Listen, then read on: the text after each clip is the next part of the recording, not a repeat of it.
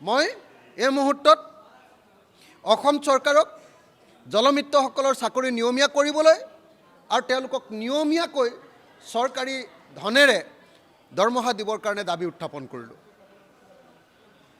আন এটা বিষয়ৰ ওপৰত সৰু এক লাইনৰ মোৰ এটা বিবৃতি আছে। আমাৰ বিৰোধী ঐক্যমঞ্চ সন্দৰ্ভত আমাৰ ৰাইজৰ দলৰ এটা বিবৃতি আছে।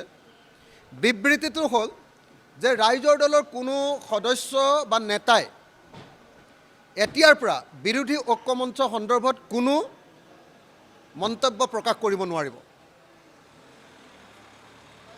বিৰোধী ঐক্যমঞ্চ সন্দৰ্ভত ৰাইজৰ দলৰ কোনো নেতাই এতিয়াৰ পৰা কোনো বক্তব্য প্ৰকাশ কৰিব নোৱাৰিব। আমি দেখিছোঁ যে বিৰোধী ঐক্যমঞ্চ সন্দৰ্ভত আমাৰ দল আৰু বেলেগ বেলেগ দলৰ বিৰোধী দলবিলাকৰ কৰ্মী আৰু নেতাসকলে বিভিন্ন পৰ্যায়ত বিভিন্ন ধৰণৰ বক্তব্য প্ৰদান কৰিছে, যিবিলাকে ভুল বুজাবুজিৰ সৃষ্টি কৰিব পাৰে।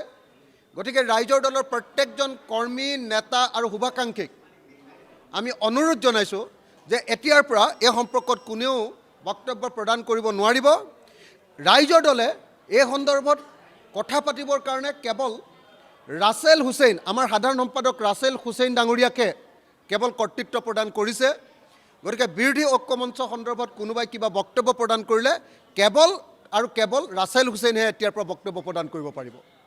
আনকি ময়ো এই সন্দৰ্ভত কোনো বক্তব্য প্ৰদান নকৰোঁ। মই এই মুহূৰ্তত আমাৰ দলৰ সকলো কৰ্মী, নেতা সকলোকে আহ্বান জনাইছোঁ, অনুৰোধ জনাইছোঁ যে বিৰোধী ঐক্যমঞ্চ সন্দৰ্ভত কোনেও ছ'চিয়েল মিডিয়াতে হওক বা বাতৰি কাকতে হওক বা টিভিতে হওক কোনো ধৰণৰ কোনো বক্তব্য প্ৰদান কৰিব নোৱাৰিব। অকল বিৰোধী ঐক্যমঞ্চ হ'ব লাগে বুলি কোৱাৰ বাহিৰে আন কোনো ধৰণৰ বিতৰ্কিত বক্তব্য কোনেও প্ৰকাশ কৰিব নোৱাৰিব। এই সন্দৰ্ভত কিবা বক্তব্য থাকিলে কেৱল আৰু কেৱল আমাৰ সাধাৰণ সম্পাদক ৰাছেল হুছেইনেহে বক্তব্য প্ৰকাশ কৰিব পাৰিব। মই নিজেও বক্তব্য প্ৰদান কৰিব নোৱাৰোঁ, যাতে কোনো পধ্যে ভুল বুজাবুজি হ'ব নোৱাৰে। আমাৰ বিৰোধী ঐক্যমঞ্চ যাতে সবলভাৱে হয়, বিজেপিক যাতে আমি সঁচাকৈ 2026 চনত পৰাজিত কৰিব পাৰোঁ, আমাৰ মাজত যাতে তৃণমূল পৰ্যায়লৈ ভুল বুজাবুজি যাব নোৱাৰে, তাৰ কাৰণে আমাৰ পিনৰ পৰা কঠোৰ নিৰ্দেশ প্ৰদান কৰা হৈছে যে ৰাইজৰ দলৰ কোনো নেতা আৰু কৰ্মীয়ে এতিয়াৰ পৰা কেৱল ৰাছেল হুছেইনৰ বাদে, ৰাছেল হুছেইন জেনেৰেল ছেক্ৰেটাৰী, এইটোৰ ওপৰত তেখেতক ইনচাৰ্জ কৰি দিয়া হৈছে। বিৰোধী ঐক্যমঞ্চৰ ৰাইজৰ দলৰ ইনচাৰ্জ কৰি দিয়া হৈছে পৰহিৰ কৰ্ণধাৰ সমিতিত।